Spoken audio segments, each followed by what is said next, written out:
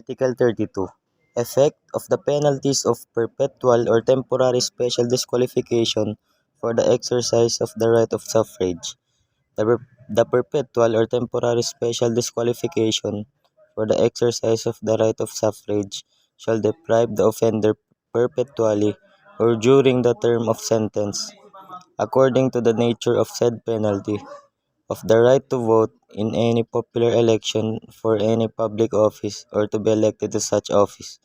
Moreover, the offender shall not be permitted to hold any public office during the period of his disqualification. The perpetual or temporary special disqualification for the exercise of the right of suffrage shall deprive the offender perpetually or during the term of the sentence, according to the nature of said penalty, of the right to vote in any popular election for any public office or to be elected to such office.